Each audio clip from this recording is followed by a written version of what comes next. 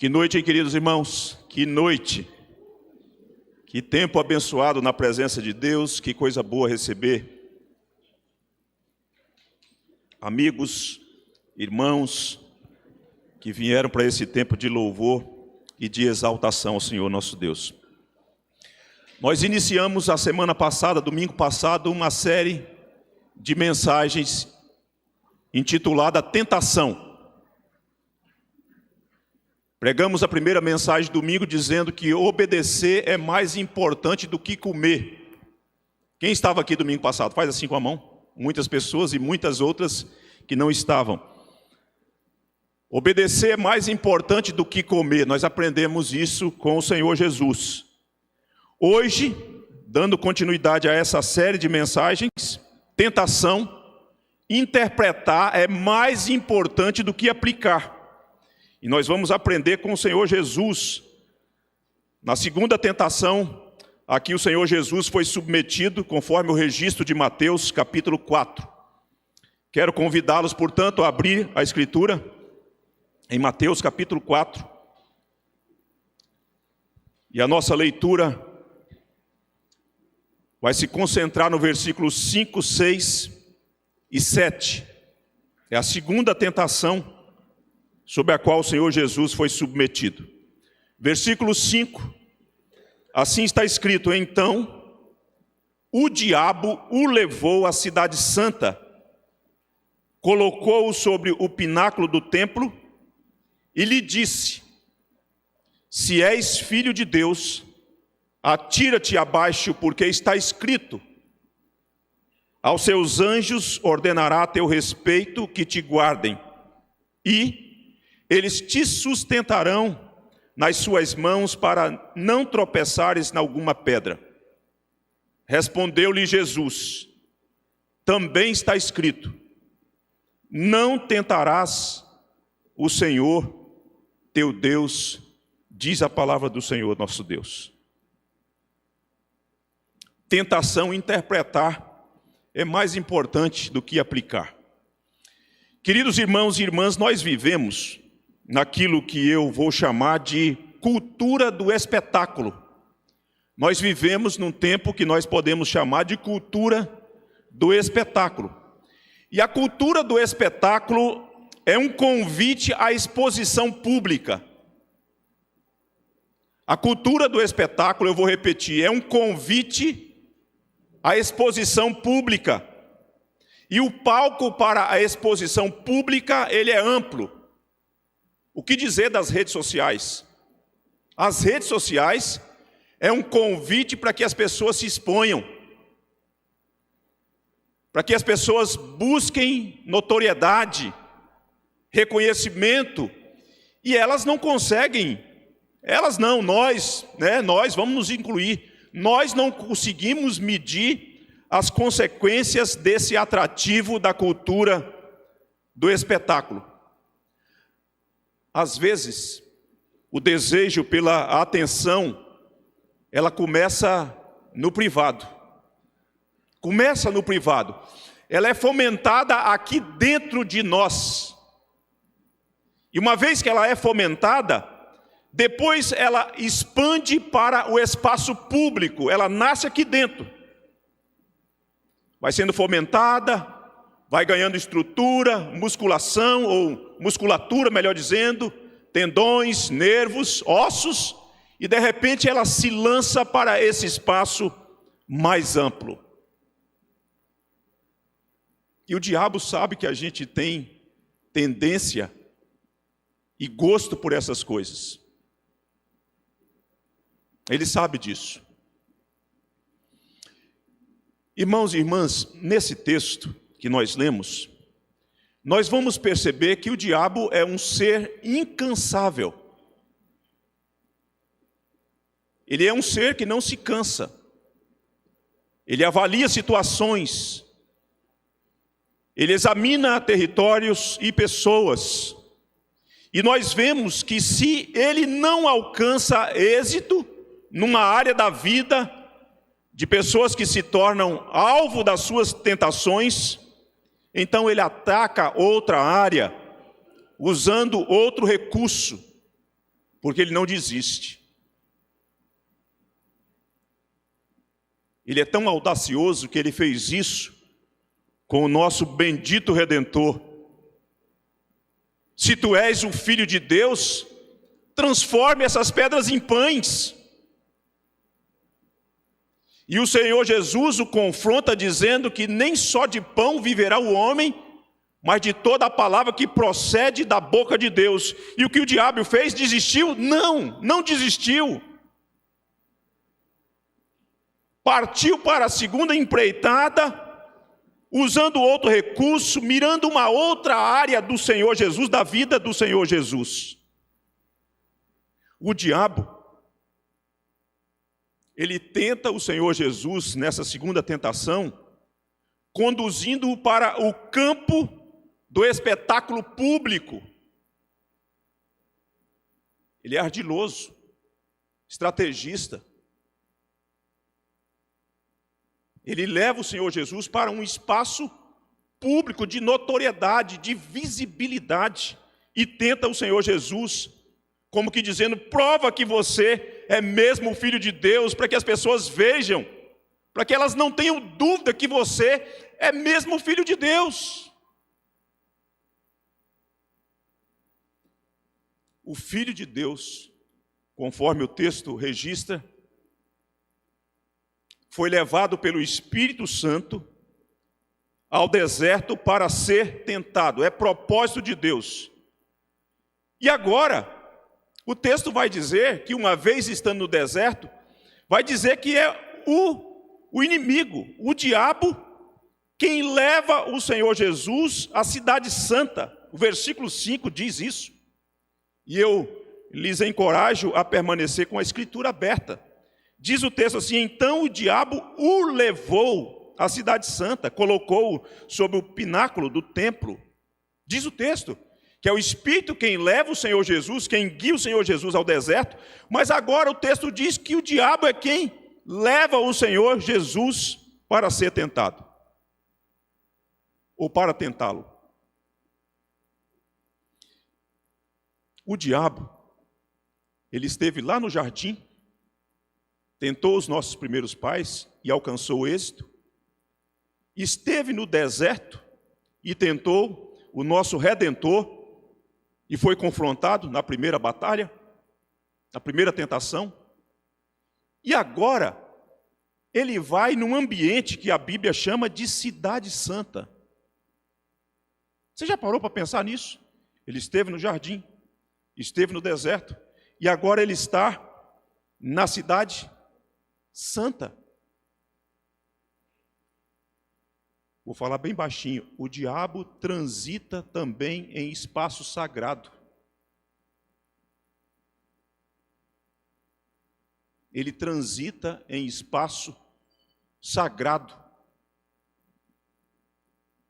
Até mesmo na hora da pregação, ele é tão audacioso que ele fica à espreita para tentar arrebatar a semente para que pessoas no meio do ajuntamento não sejam salvas. Ele fica ali tentando distrair você, ele transita em ambiente sagrado também. Para tirar proveito de situações nas quais nós nos descuidamos. Agora, por outro lado, nós podemos ver nesse texto, vejo aqui nesse texto, que o fato do texto dizer que o diabo o levou, eu vejo aqui a total submissão do Senhor Jesus ao propósito do Pai. Eu vejo aqui a total submissão do Senhor Jesus ao propósito do Pai. O diabo o levou. Mas o que o diabo fez, ele o fez debaixo de uma agenda maior. É importante você entender isso. O que o diabo fez, ele o fez debaixo de uma agenda maior. Tem uma agenda acima da agenda e dos intentos do diabo, uma agenda de Deus o Pai. E com essa agenda, Deus o Pai quer derrotar e mostrar que o Filho dele vai derrotar o nosso inimigo no deserto. E essa derrota vai culminar depois, posteriormente, na cruz. A primeira tentação que nós vimos nesse texto, ela aconteceu num ambiente que reservava para si o anonimato, no deserto. Mas a segunda tentação, ela está acontecendo num ambiente de publicidade. É um lugar onde as pessoas transitam, as pessoas frequentam aquele lugar. Nessa noite, nessa passagem que nós lemos, nós vamos ver duas coisas. Primeiro, a segunda tentação do Senhor Jesus. E segundo, a segunda afirmação do Senhor Jesus. O que nós estamos fazendo é seguindo o fluxo da narrativa que Moisés faz da situação. Na primeira, nós vimos a primeira tentação e a afirmação do Senhor Jesus. Na segunda, nós vemos a segunda tentação e a afirmação do Senhor Jesus. Preste muita atenção. Na primeira tentação, Jesus vence o embate lançando mão das Escrituras. Porque é assim que a gente vence as tentações. Se você desconhece as Escrituras, se você despreza as Escrituras, diante das muitas possibilidades de tentações, de emboscadas, de armadilhas satânicas, você não subsistirá, você não resistirá às tentações. Porque além de existir a propensão do seu próprio coração para a maldade e circunstâncias que podem envolver você e deixá-lo vulnerável, existe essa ação astuta do inimigo. E o desconhecimento das Escrituras o deixará numa situação de vulnerabilidade. Hoje eu consegui falar, domingo quase não consegui falar, né? Mas o nosso Senhor, Ele conhecia as Escrituras. Desde cedo, desde a tenra idade, como homem que veio para se identificar conosco, os seus pais o inseriu dentro da tradição, do ensino, da didática, para que ele pudesse conhecer as Escrituras e pudesse derrotar o diabo, conhecendo as Escrituras, confrontando-o com as Escrituras. E Jesus, na primeira situação, ele mostrou para o diabo que obedecer é mais importante do que comer. Porque comer é uma necessidade essencial para a subsistência. Nós concordamos com isso. São muitos os apetites da nossa alma, do nosso coração, que podem se materializar e passar a mensagem para o nosso cérebro e para o nosso desejo, dizendo: você pode, você deve. Mas nós, nessa hora, precisamos discernir: será que é viável? Será que é legítimo? O que a palavra de Deus ensina sobre essa situação? Porque caso você desconheça, você fica susceptível às armadilhas do diabo. Mas o Senhor Jesus lança a mão das Escrituras e manuseia as Escrituras. E quando Jesus lança a mão das Escrituras, fazendo alusão a Deuteronômio capítulo 8, versículo 3, quando ele diz: nem só de pão viverá o homem, mas de toda a palavra que procede da boca de Deus, a lógica é mais do que mostrar conhecimento. Eu vou repetir para você. Quando Jesus cita as Escrituras, a lógica é mais do que mostrar conhecimento. A lógica é mostrar que obediência à palavra de Deus é mais importante do que quaisquer outras coisas. Irmãos, nós somos uma geração que nós desprezamos o que a palavra de Deus nos ordena fazer em muitas áreas da vida. A gente meio que dá de ombros, faz de conta que não é comigo, que é com o outro. Essa palavra bem que servia para fulano, para beltrano, para cicrano, mas quanto a mim não. E aí você segue a sua vida e despreza a obediência à palavra de Deus nesse mundo caído, sem direção, sem rumo, que está apodrecendo, que está enfermo, alienado de Deus. Mas com o registro que Mateus faz aqui agora, introduzindo a segunda tentação, quem lança a mão das Escrituras nesse momento, a princípio, é o diabo. É o diabo que lança a mão das Escrituras. Na primeira, Jesus assume a dianteira quando o diabo cita para ele, o instiga a transformar as pedras em pães, a fugir da necessidade, do sofrimento, da fome. Agora, na segunda tentação, é o diabo quem começa citando as Escrituras. E por que ele faz isso? Ele procura estabelecer conexão com o que Jesus disse. Jesus disse, nem só de pão viverá o homem, mas de toda a palavra que procede da boca de Deus. O diabo escuta a menção das Escrituras feita pelo Senhor Jesus e estabelece conexão com o que ele vai citar, para avançar no seu intento, que é instigar e induzir o Senhor Jesus ao pecado.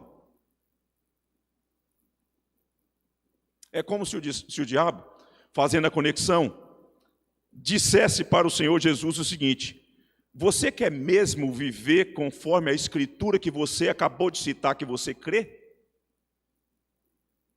Quem está aqui comigo? Eu vou repetir, é como se o diabo, nessa sugestão e indução, dissesse: você quer mesmo, ele está fazendo conexão com o que Jesus disse, você quer mesmo viver de acordo com a Escritura que você acabou de citar, que você diz crer e obedecer? Então, se é isso mesmo, vejamos o que, de fato, você é capaz de obedecer das Escrituras.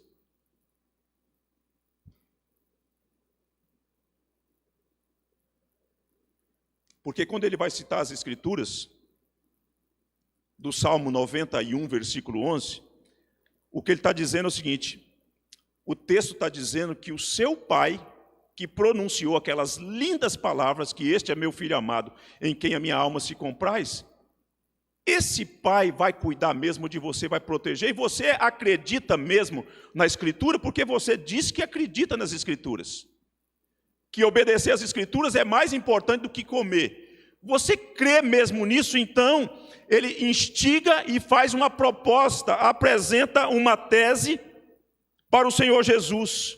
Uma vez que você, a tese é basicamente essa: uma vez que você é o Filho de Deus, porque o diabo não tem dúvida disso, eu disse para vocês que Jesus não tem dúvida disso. Então, se ele cuida de você e se você vive para obedecer a palavra de Deus, porque está escrito,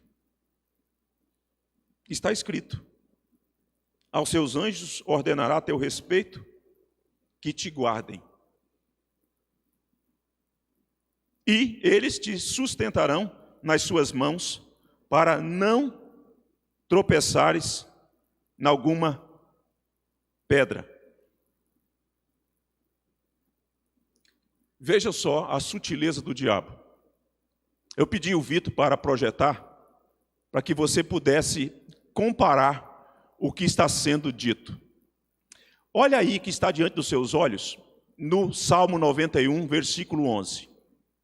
Porque aos seus anjos dará ordem a teu respeito, para que te guardem em todos os teus caminhos. Mas quando o diabo cita, olha lá em Mateus, quando ele cita, ele vai dizer parte do versículo: aos seus anjos dará ordem a teu respeito. Veja só a sutileza do diabo, como ele cita parte do texto e não inclui a totalidade do texto. Porque o texto que ele cita do Salmo é um texto que trata de proteção, Deus fazendo promessa ao seu povo fiel, ao seu povo eleito, dizendo o seguinte: olha, eu vou proteger vocês em todos os teus caminhos. O que Deus está prometendo ao seu povo é que se o povo de Deus, na jornada da vida, cometer algum tipo de tropeço acidental, e na vida, na caminhada a gente comete tropeço acidental, Deus vai proteger o seu povo.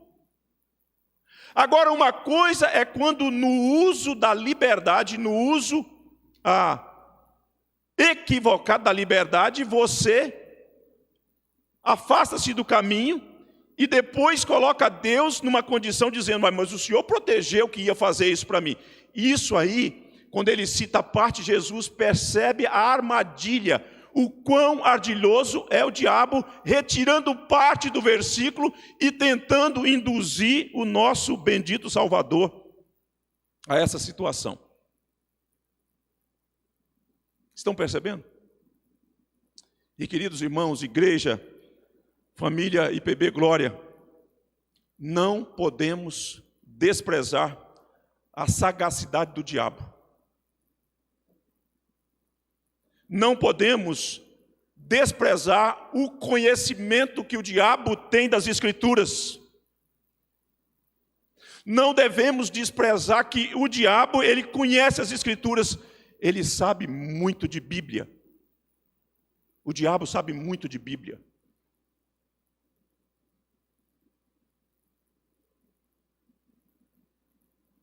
E fica complicado para um povo resistir às tentações do diabo, para um povo que não tem afeição com a Bíblia.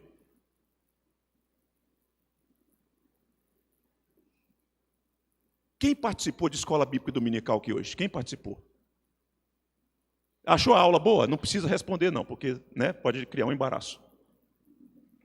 Mas talvez eu vou partir de uma situação hipotética que você validou a aula, falou assim, uau, essa aula de hoje foi demais. Salomão hoje, o que é isso? Que aula? A aula do Vitor, irretocável. Luciano, e aqueles que estiveram comigo lá, talvez, sei lá, hein, Tiago?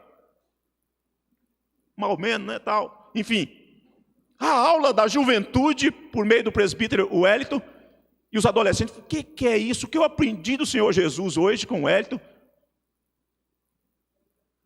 Se juntar todos nós, com o conhecimento que nós temos da teologia, da doutrina, da Escritura, perto do diabo é nada. O diabo coloca a gente no bolso. Conhece hebraico. Conhece o grego, Novo Testamento. E daí a gente depara-se com uma geração de crentes que lê a Bíblia uma vez por semana, porque no domingo da nossa liturgia nós incluímos pelo menos 3 leituras das Escrituras, na adoração, na contrição e na exposição das Escrituras. Como que uma geração como a nossa vai resistir à tentação pública da cultura do espetáculo? Como que você vai resistir se você não conhece Bíblia, você não lê Bíblia, você não ama as Escrituras, você não passa um tempo com as Escrituras? Nas seduções, nos caminhos pelos quais o diabo trilha, criando armadilhas, trazendo você para perto, tentando fazer com que você entenda que é legítimo fazer isso ou fazer aquilo outro, e você, por desconhecer, começa a pensar que você pode fazer mesmo, porque afinal de contas você precisa, você pode, você tem a legitimidade para buscar transitar nesse caminho. Não tem jeito, querido. Não tem jeito. Nenhuma igreja será saudável se ela desconhecer a sã doutrina. Nenhuma igreja terá como avançar pujantemente anunciando o Evangelho, sendo saudável na sua vivência de culto e de difusão do Evangelho, se ela não conhece as Escrituras.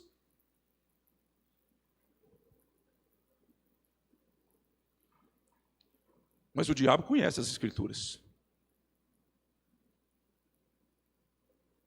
Ele conhece as Escrituras. E uma das suas especialidades, dentre muitas, é distorcer o que a Escritura está dizendo. É induzir as pessoas, e ele tenta fazer isso com o Senhor Jesus, para que elas possam fazer o uso inadequado da sua liberdade. Gente, se tem uma coisa que Deus nos doou, que é uma dádiva preciosa, é um negócio chamado liberdade. Ela foi prejudicada e ela se encontra poluída pelo pecado, escravizada. Mas a liberdade, a luz da criação, é um dom extraordinário que Deus doou aos seres humanos. Entretanto, quando nós fazemos o uso inadequado, inapropriado da liberdade, é uma armadilha e um estrago pode acontecer, um estrago terrível na sua vida e na vida das pessoas com as quais você convive.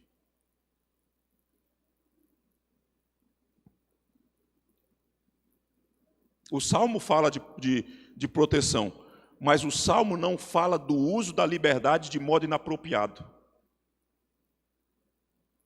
Fazer o uso da liberdade de modo apropriado é uma tentativa de provar a Deus, de tentar a Deus, e isso o Senhor Jesus consegue discernir quando o diabo tenta induzi-lo por esse caminho. O diabo está dizendo, como que dizendo para o Senhor Jesus, ali no templo, no pináculo do templo, dizendo assim: eis a oportunidade fantástica para você demonstrar que você é mesmo filho de Deus. Como que isso pode funcionar? Você quer dar mesmo uma demonstração pública que você é mesmo filho de Deus? Então, atira-te abaixo, dê visibilidade, permita às pessoas para que elas olhem e percebam que você é mesmo filho de Deus. A oportunidade é sensacional, se você fizer, será sensacional, será um momento apoteótico, inesquecível. As pessoas contemplarão e dirão: nós o vimos quando ele lançou lá do pináculo do templo. Os estudiosos dizem que até o vale de Cedron, onde ficava do lado abaixo, ou do lado externo do templo, tinha mais ou menos 150 metros de altura. Imagina só. Seu pai falou que você é o filho dele amado, e ele prometeu proteger o seu povo escolhido e fiel. E já que você é o filho dele dentro dessa exclusividade, dessa singularidade, logo, se ele prometeu proteger o seu povo, e você tem uma configuração de singularidade, é óbvio que ele vai proteger. Mas se você diz que crê na palavra, faz isso como crença que você tem na palavra, como obediência que você diz ter na palavra. E vejamos se de fato os anjos dele sairão ao seu encontro para protegê-lo.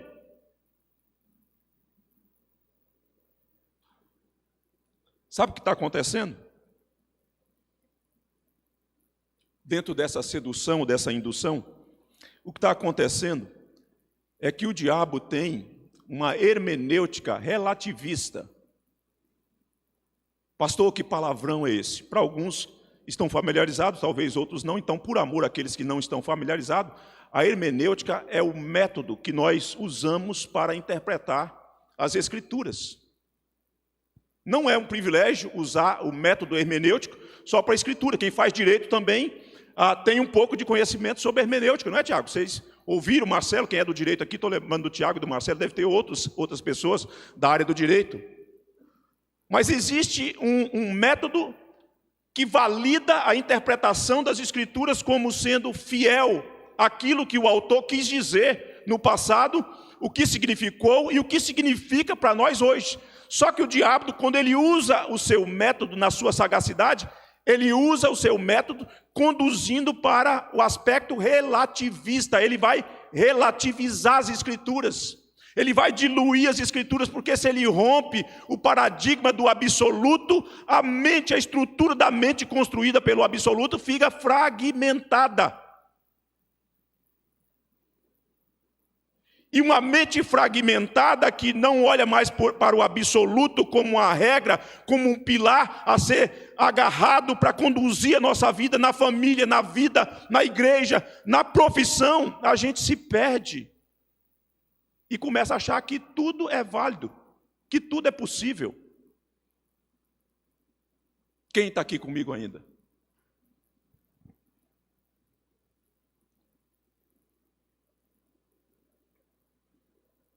E esse negócio do diabo relativizar é um negócio antigo, não é não?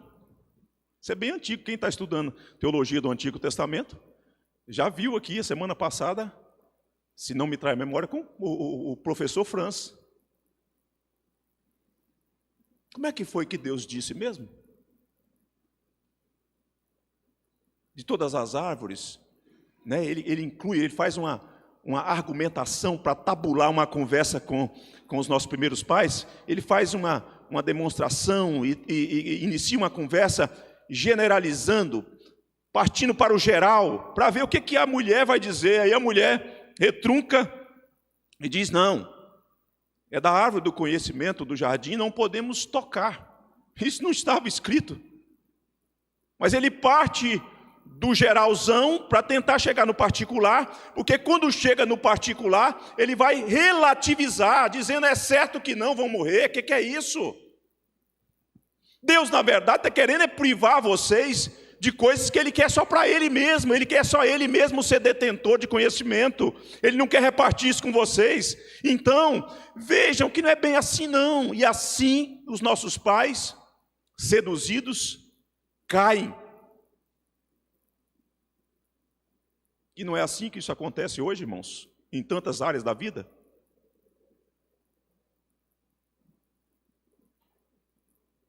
Camarada casa, Deus dá uma mulher para ele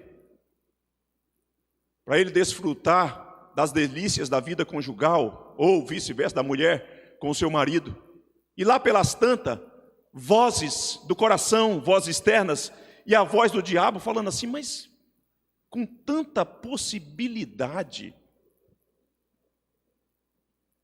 casamento vai ficar um tédio. Você envelhece, o outro envelhece. E aí a pessoa começa a cogitar a possibilidade, daqui a pouco está caminhando numa via que foi criada como sedução, para que a infidelidade floresça no coração e venha a consumação do pecado, queridos. Por quê? Porque o elemento e a hermenêutica, o método para interpretar, já relativizou o absoluto. E uma vez que relativizou o absoluto, e você começa a pensar, essa é a minha verdade, a verdade do outro é a verdade do outro, a verdade de fulano é de fulano, a verdade da igreja é a verdade da igreja, mas a minha verdade é a minha verdade. E quando você pensa assim, você está a um passo de ficar alienado do convívio e da comunhão de Deus.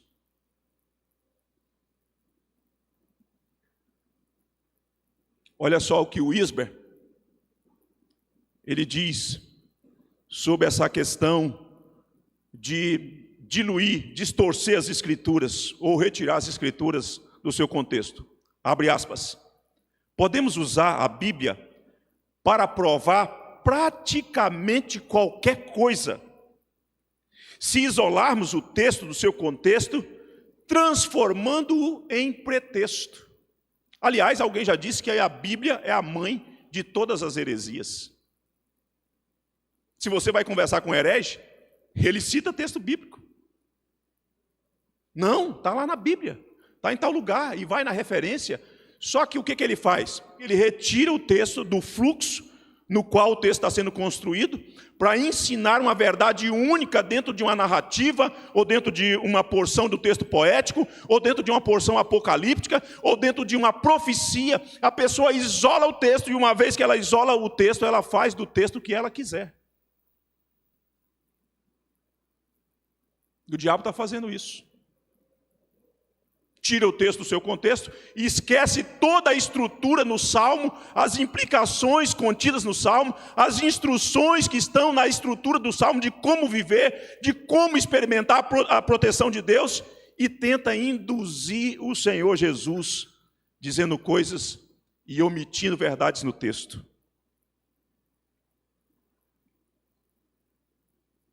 Hoje a gente vê isso muito por meio da teologia coach.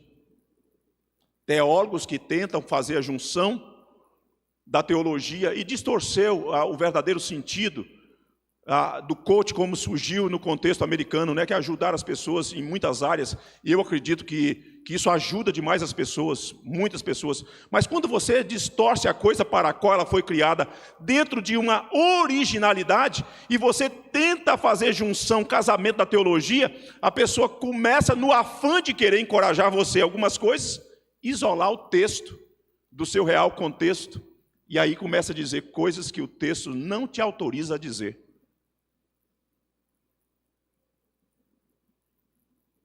A cultura do espetáculo. O diabo tira proveito da cultura do espetáculo e tenta induzir o nosso Senhor Jesus Cristo para que ele se lance naquele ambiente público. Para que ele se lance naquele ambiente público. Você acredita mesmo na Escritura? Ele está fazendo conexão. Se você acredita, então prova que você crê na Escritura. Lança-te, atira-te aqui abaixo. Porque está escrito. Se seu pai não pode mentir, se seu pai realmente cuida de você, se seu pai realmente protege você, então lança, porque vamos ver se os anjos sairão ao seu encontro para protegê-lo. Só que o Senhor Jesus consegue fazer a leitura logo daquela armadilha, daquela situação.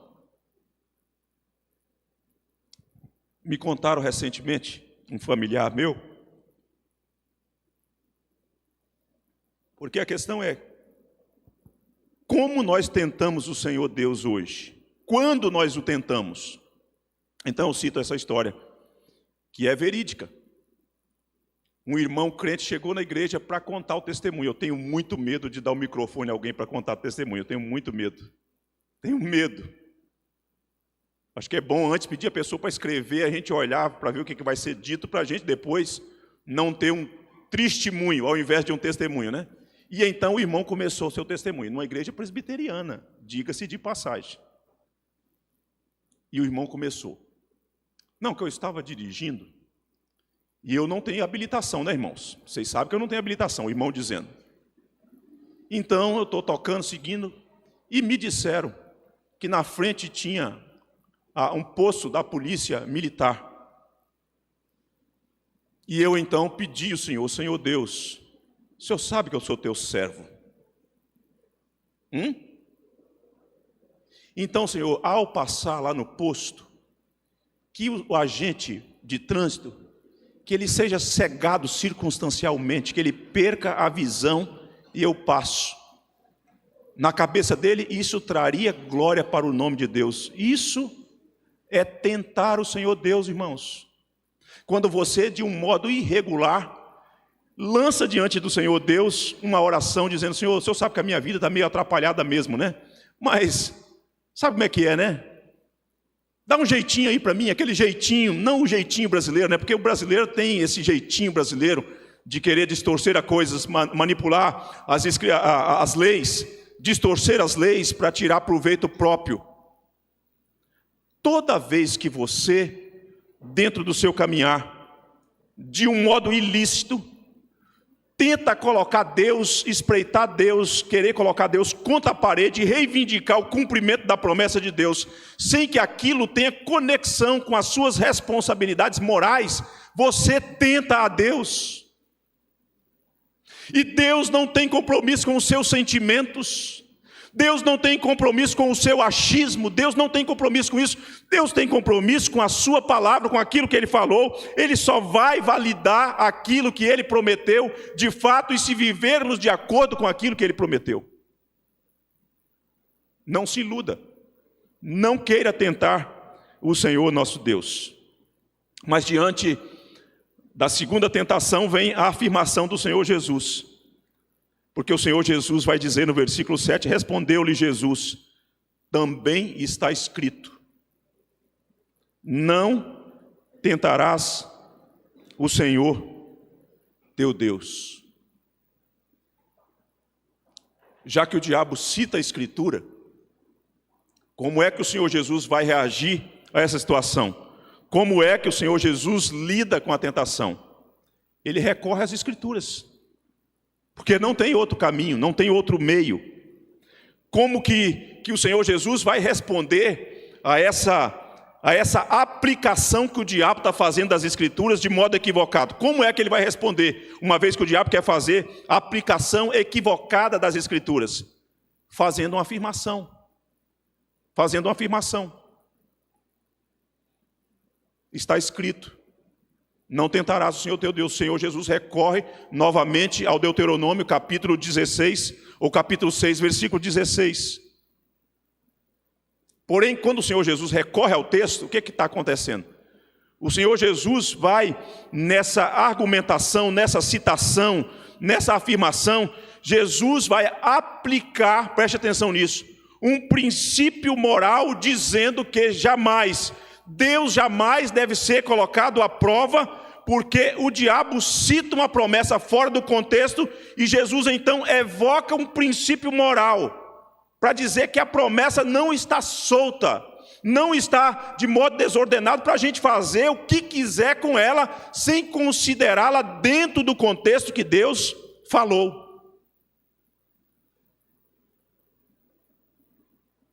Eu não sei se você já teve crise lendo as Escrituras e pensando nos atributos de quem é Deus.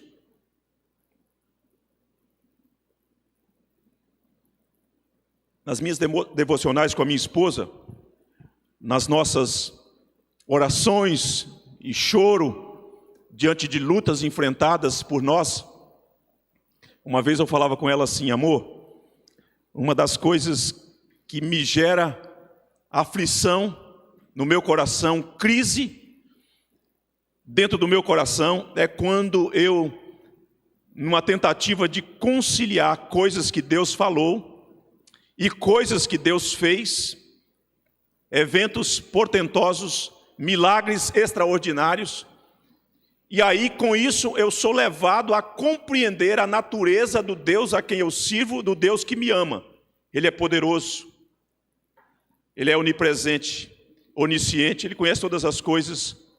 Ele diz: agindo eu, quem impedirá? E qual é a minha crise?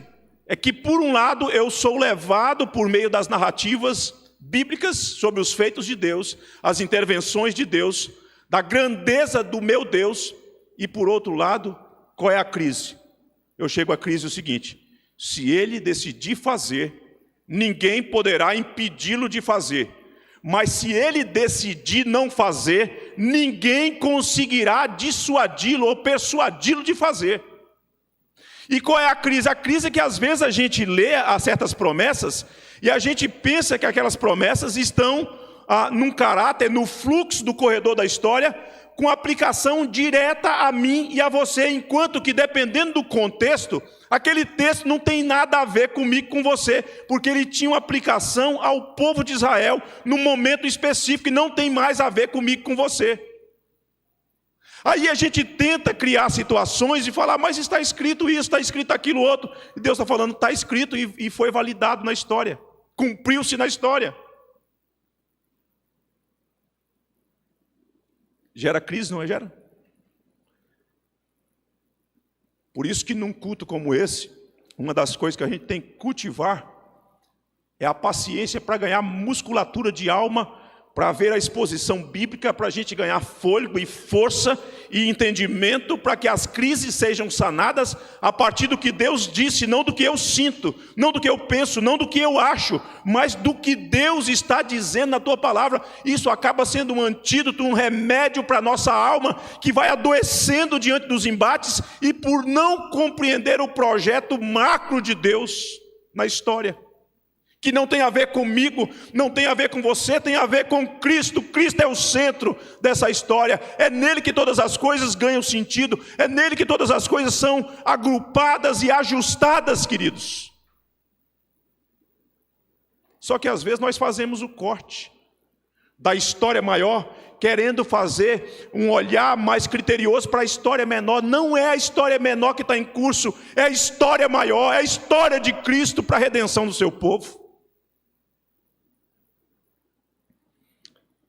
Jesus cita o preceito para mostrar que a promessa não pode estar solta, não pode subsistir dentro de um contexto em que ela é retirada da sua estrutura literária e daquilo que foi pretendido por Deus.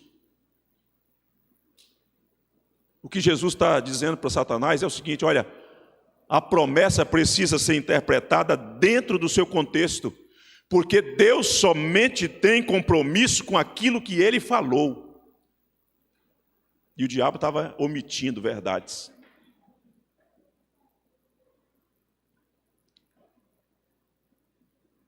Sabe qual é a filosofia do diabo nesse texto e a proposta dele ainda em voga, tentando capturar a nossa mente?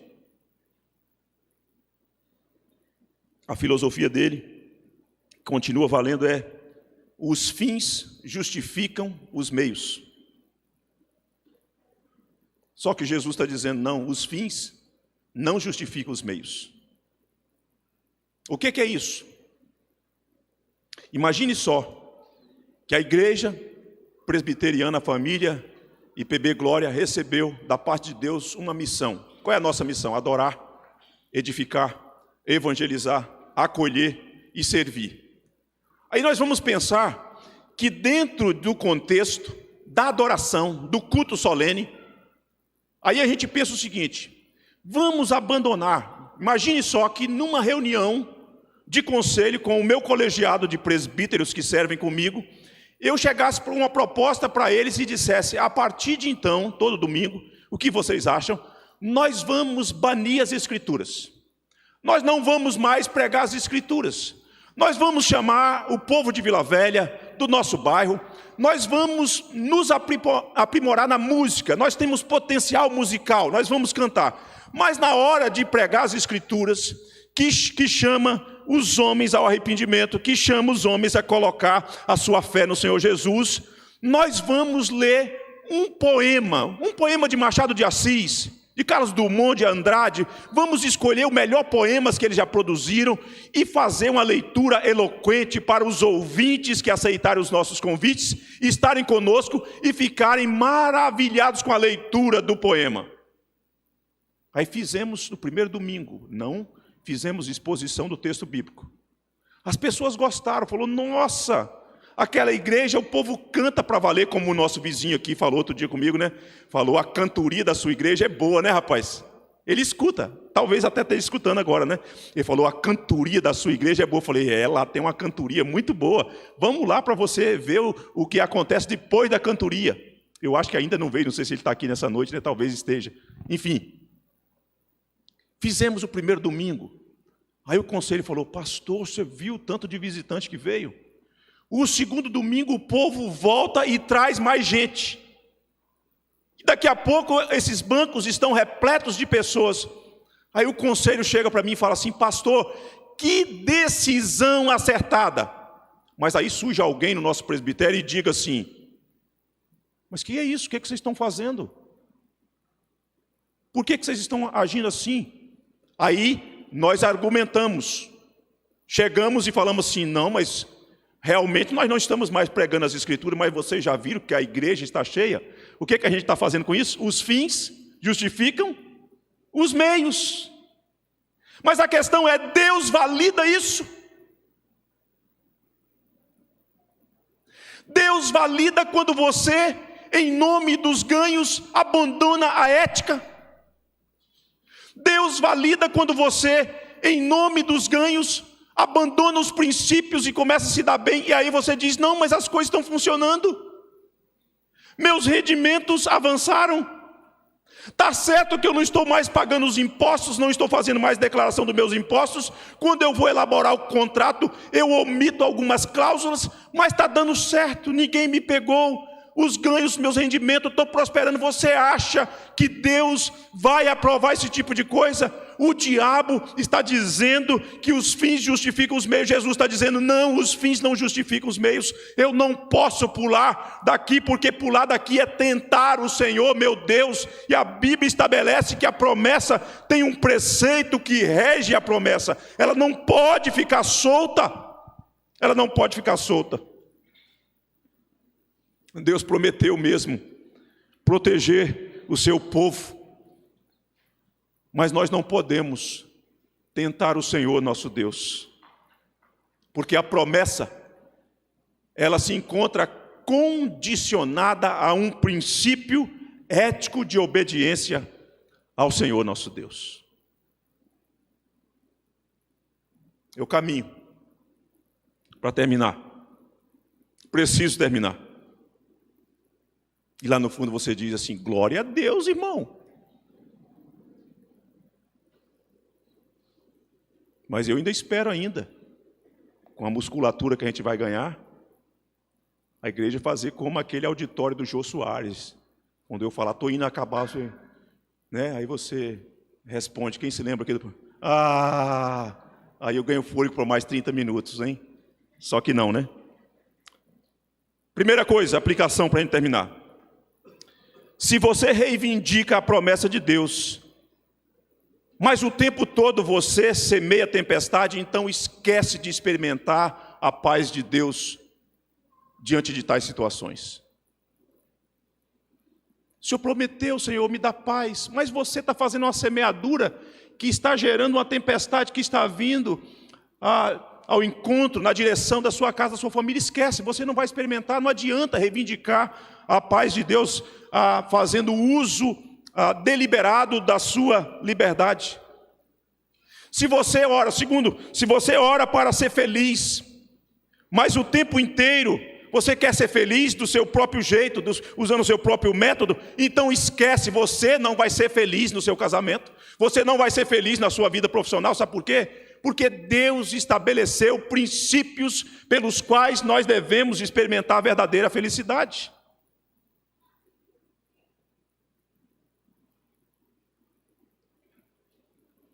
O Salmo 128 é um salmo que fala de felicidade na família. Ele fala assim: bem-aventurado o homem que teme ao Senhor e anda nos seus caminhos.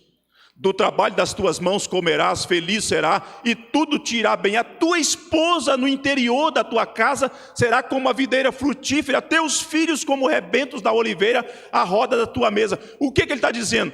Que o justo é feliz no trabalho, que o justo é feliz com a esposa, é feliz com os filhos, é feliz com a família, mas de que modo? Ele estabeleceu a receita: o homem que teme a Deus e anda nos seus caminhos. Se você quer ser feliz, mas quer ser do seu próprio jeito, trilhando os seus próprios caminhos, desprezando o princípio estabelecido por Deus, esquece, você não vai saber o que é felicidade, porque felicidade tem a ver com condição de espírito, não tem a ver com circunstâncias, tem a ver com a sua identidade construída, restaurada em Cristo Jesus. Segundo, não podemos criar situação para exigir que Deus cumpra a sua promessa de proteção. Se a circunstância criada e manipulada por nós, ela contrapõe o princípio moral. Não podemos, queridos. Não espere que Deus vai te proteger se você transitou por um caminho que você usou as circunstâncias para tentar manipular Deus. Não, isso é tentar o Senhor Deus. Deus não se permite ser tentado.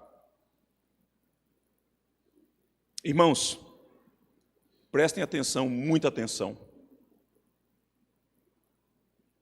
Jamais devemos buscar a glória pessoal negligenciando a vontade de Deus. Jamais. Pare de querer publicidade, pare de querer aplauso, pare de querer reconhecimento nessa cultura do espetáculo, negociando a vontade de Deus e desprezando a vontade de Deus. Eu sei que a cultura do espetáculo é um atrativo, eu sei que é sedutor, eu sei que ela quer capturar a nossa mente, mas ela não dura para sempre e ela conspira contra a vontade de Deus. Se você insistir em transitar por essa rota, esquece, Deus não o tem compromisso de guardá-lo.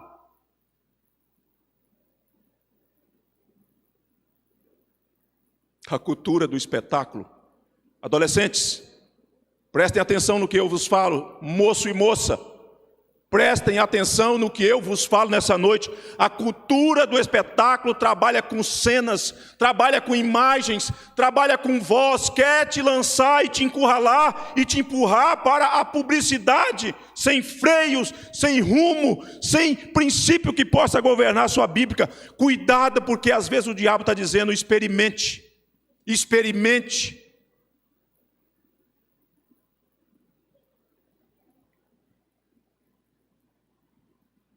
Não caia nas lábias do diabo. Fique atento. Preste muita atenção para não ser seduzido por esses caminhos tenebrosos. Como vencer a tentação? Mira no exemplo do Senhor Jesus. Conheça a Escritura. Leia a Escritura. Encharque a sua mente da Escritura. Ande em comunhão com Deus. Fique afinado, sensível à voz do Senhor nosso Deus, porque quando você ouvir a voz, quer ela seja de dentro do seu próprio coração enganoso, quer ela seja de fora do mundo ou do diabo, você vai identificar essa sedução malévola.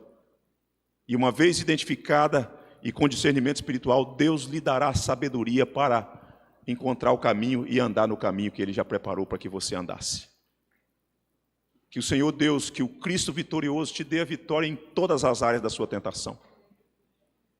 Lembre-se, porque Ele é poderoso para socorrer os que são tentados, diz a palavra de Deus.